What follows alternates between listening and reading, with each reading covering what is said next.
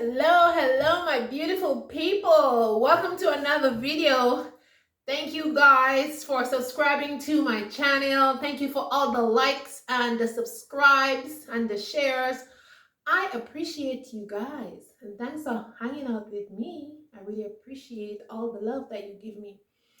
But today's video is going to be short and quick because I want to talk about the economy today. Guys, we are really in a crisis. We are in a crisis. And it is very sad because people are actually out there, people are suffering. They're having a really, really hard time. And I think something something need to give. Like governments everywhere, our eyes are like closed to the words of the people, what they have to say. I was there last night after I ate my supper, and I was doing some writing. Excuse me. And I came across some videos on TikTok, and I was shocked to my rockers. I didn't realize there was so many young people, being affected by the economy and the state that is in it, that it is in right now in this country here in Canada and in the US. Sometimes you look on the news and you're like, oh, only third world countries have problems and third world countries are doing that, and Africa is this and this other small island is that. It sometimes it seems like Canada and America are kind of immune to that stuff in a way, technically in a way. But when you really dive deep into the news, when you really talk to people, you hear that people are suffering all over the world. And the shame about it is America and Canada think, oh, they're like this big mega country. But this mega country is suffering more than the people who live in the islands because they have an advantage. Here, we don't have no advantage whatsoever. This couple of months of summer that we have here, there's not a lot of trees with fruits on it or something you can go in the wild and get and eat. There's hardly any of that here. Only if you're living in the rural areas, and people here are so like greedy. Even if you have an apple tree and they're not even picking up the apple. If you dare go and take apple on the tree, they're ready to call police, they're ready to jail you. So you see the kind of system that is happening here. In the islands or in Africa, there's a tree, there's some avocado, there's some, you can go pick one or two. Nobody's gonna mind. It's a big tree of fruit. Like, who's gonna mind? Like, you can't eat all the fruit of the tree. All right. So the mindset here is totally, totally different than the mindset in the Caribbean or in Africa. Guys, a couple of years ago, I used to hear seniors complaining about they could hardly live because the money that they were getting from the government was not enough. And they had to choose whether to pay their light bill or to buy a little food. And these are retired old people who are complaining about that stuff. In Canada here, I'm talking about. Now, when you go on the internet, every Tom, Dick, and Harry is complaining. Every single person is complaining. I see this lady, she has a good job, and she was crying tears in her car. She was saying that she got up this morning and she just had to do a video, and she just had to cry because she said she had to choose whether to drive her car to work or to eat. Isn't that a crying shame? When it's like, when did food ever become a problem? Well, let me rephrase that as a matter of fact. Why should food be a problem in these big countries that we are living in? Why should it be a problem? Let me ask Uno. Let me ask Uno that. Why should it be a problem? I don't understand. But let me tell you the problem. The problem is these people, they don't care about you folks. And those of us who like to prepare ourselves, those of us who like to prepare, we talk about that a lot. We talk about a lot. And sometimes I see some channels who are talking about, prepare, put away your rice, put away your flour, buy land, go off grid, and they're telling you all that stuff. Yes, they are telling you all that stuff because they see for themselves and they know what is going ahead in this system. And I saw that myself too years ago. And that is why I have to take myself out of the system, because I know if I don't, I'll be in serious trouble and I'll be like this lady crying in my car. And actually, I feel bad. I feel bad for everybody out there who is going through this mess, who can't pay the rent. I see this young girl, she was crying because she couldn't pay, like, when she paid her rent, she has just a few $100s left, which is not even enough, you know? So it's very sad, and it's very, very sad. But what I want to say is, people, you all got to start making some drastic changes. Drastic changes, because as you can see, everybody's complaining about what is happening with the crisis, but nobody's demonstrating. You see the Gen Zs over there in Africa, they're demonstrating, they're doing something. I don't see anybody in Canada demonstrating. I don't see anybody in the US demonstrating about high prices. I don't see anybody demonstrating about it. I don't see people sitting at home and saying they're not going to go to work. Everybody's just carrying on with whatever rules and regulations they have set in these places for people. I just watched one of my co-Grenadian friend who said that he was here in Canada and he had to leave because he was stifling in the job that he was working in. And I agree.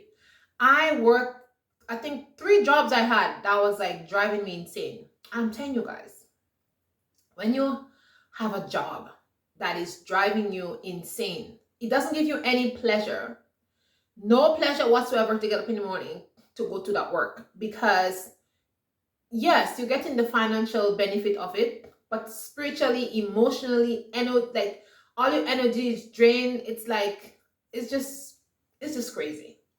And I don't wish that on my worst enemy, because I've been there. There's some people in this world who are just miserable. I think since they jump out of their mother's womb, and we didn't just push them out, they jump out. They're just miserable people. Miserable people to no end. I work with some people and I'm saying to myself, where did I get Uno from? Where Uno come from? This early morning, like we say back home, bird just wake up and shake his feathers. Bird just wake up and shake him feathers and say me wakey wakey. And these people, them faces screw up, them complaining about something. Oh, can you do this? You didn't do that. And I'm like, excuse me? Good morning to you. How are you? Can't you say good morning? And it's like, they look at you like, oh, what's so good about the morning? And they're just like in this miserable state. And if they're not like that, they're complaining to somebody. Oh, this is a problem. This is a problem. This is a problem. And the thing is, they are never the problem. You are always the problem. Or somebody else is always the problem. So you have these miserable people out there who are just miserable. And yes, we are in a crisis. We understand that we are in a crisis. But crisis can make people miserable. I understand that. But I'm telling you honestly, there are some people who are naturally miserable. They are born miserable. So with this crisis and with everything that's going ahead, and when you go to work and you have a miserable boss and you have some miserable co-workers, or you have some miserable customers or clients or whatever, it doesn't make things easier. So that's one of the problems. But like I've been saying in the beginning, like I said in the beginning of the video, people have to start making some drastic changes. Drastic changes. You're going to have to stop doing your nails, my friend. You're going to have to start doing your hair. You're going to have to become your own hairdresser. Yeah, that's right. You're going to have to become your own esthetician. Yeah, esthetician. Yeah, you're going to have to start doing your own nails. You're going to have to stop going to them spas. You're going to have to sell that beautiful car that you paid $50,000 for. and get a gigit. Back home they say a gigit. Here they say second hand car. Back home they say gigit. Eh? A gigit is an old car. Okay, it's like a joke. And sometimes, sometimes maybe muffler is not good and it making noise. So we call that gigits. You go better get yourself a little gigits. I know nowadays when I look at the market for used car, the price is not so great. But please, search very hard and find yourself a little gigit. Okay? And sell this $50,000 car and take the money and put it under your mattress. Like my grandmother say, put your money under your mattress. And every time you need something, go take out some money under your mattress. It may seem funny, but it is true. It is so true. You have to make some drastic changes. Like, you have to move. I see someone complain and say she have to pay mortgage and she's gonna hardly pay her mortgage. Well, doo-doo darling, like we say back home, doo-doo darling, you better sell that house, because I am not living in a house and paying mortgage and I have no food in my fridge to eat. I wouldn't be crying because I decide to pay mortgage. Baby, that's not happening. That is not happening at all, at all, at all. I've been through that before. When I just moved to Canada, we had some, like years ago, there was some fraudulent activities taking place in the province that I was living in. Like, you have a phone and you don't know anybody in China, you don't know anybody in Thailand, you don't know anybody in certain countries. And all of a sudden you get a phone bill and it's like $250, $400. And it has all these calls, and these times when the calls are, you see the calls there, like the time, you're not even at home. You're working, slaving in the jobs. And then they say you have to pay this bill. The next thing also happen again is the heating bill used to always be high, like $400, $500, or the water bill. Very, very high bills. Yeah, they had some scams going ahead years ago in this Canada here, in the province that I was living in. And many people have to fight these companies and say, you guys are stealing people. Even that happened to me. I told them, I'm like, I am not paying this bill. Ridiculous. And I didn't pay it. Because if I had paid this bill, I wouldn't eat. I'm telling you guys the truth. And I didn't pay the bill. I said, shut off the water. Shut off the electricity if you want, but I'm not paying that bill, because I lived here for 3 years and my bill was like $120, $160 for the most. All of a sudden come to $400. What happened in here? Did 20 people move into my house? No, they did not. You guys are old thieves. And you have to be very careful with this company. Sometimes they overcharge you. I didn't pay. Eventually they send somebody to check my meters. And they realized either the person wasn't coming or they were reading the meters wrong. Okay? So, let me tell you guys something. There are scammers out there. Sometimes you guys got to watch your bills, because these bills sometimes are so high, you can't believe it. I got a high bill yesterday and I asked my husband, I say, how was this bill so high? And come to find out, they didn't come to read the meter. They give an estimation. You understand? So some of you have very high bills, but are you checking that these people are not estimating your bills, or they're just saying your number, and because you're paying it, you're just paying this bill every month? I'm dropping gems for you guys. When the heating company send you that bill, check. When you get your phone bill, check that phone bill. When you get you hydro bill, check that hydro bill. Check every single thing. Check everything. Make sure your meters are being read. Your water bill, everything. Because maybe you're paying money, you're coming on the internet and you're crying and say you don't have any money, but maybe you're paying money that's not things that you're not even using. I'm telling you, beware. The other thing is, guys, move out of these expensive places that you're living in. I mean, is these things worth your sanity? Like, is it worth your sanity? No, for me, it's not worth it. I moved out of a beautiful house when I was living in a certain province before I moved to this one where I'm living right now.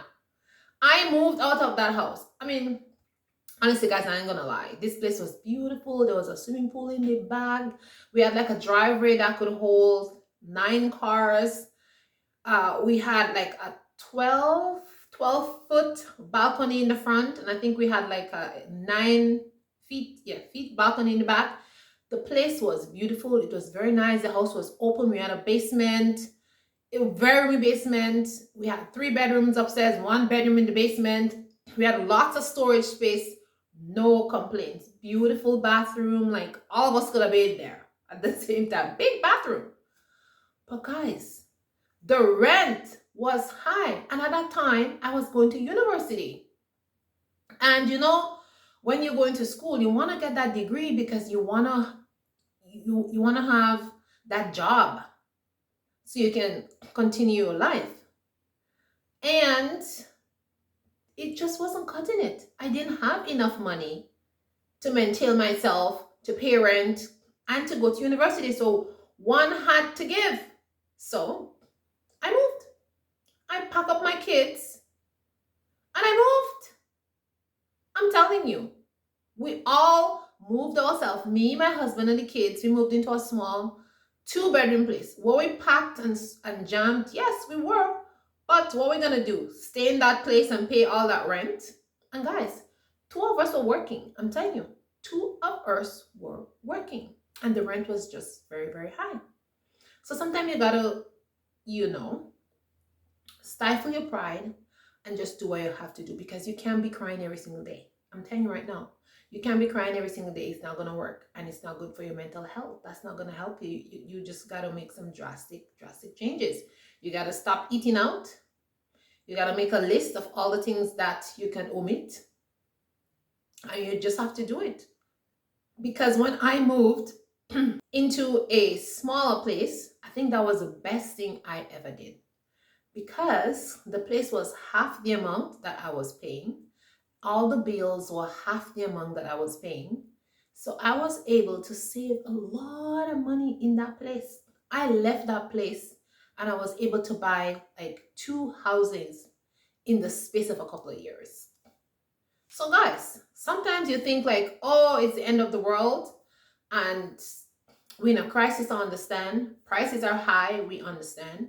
And you feel like, oh, I'm never going to come out of this crisis because look what's happening. We all know, but you can still make changes. And at that time, minimum wage was $8.50. But I had a higher paying job because I was doing like a specialty job.